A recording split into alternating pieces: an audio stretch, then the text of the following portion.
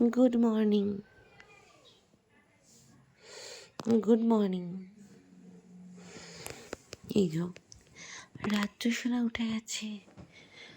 রাত্রিসোনা এখন উঠে গিয়ে তারপর কি করে, ও উল্টে যায়, ও আবার হাঁটতে চায়, ও আবার ডিগবাজি খায়, ও এখন এইসব করে। ঘুম থেকে উঠেই এইসব করে ও। চলো চলো চলো, সকাল হয়ে গেছে।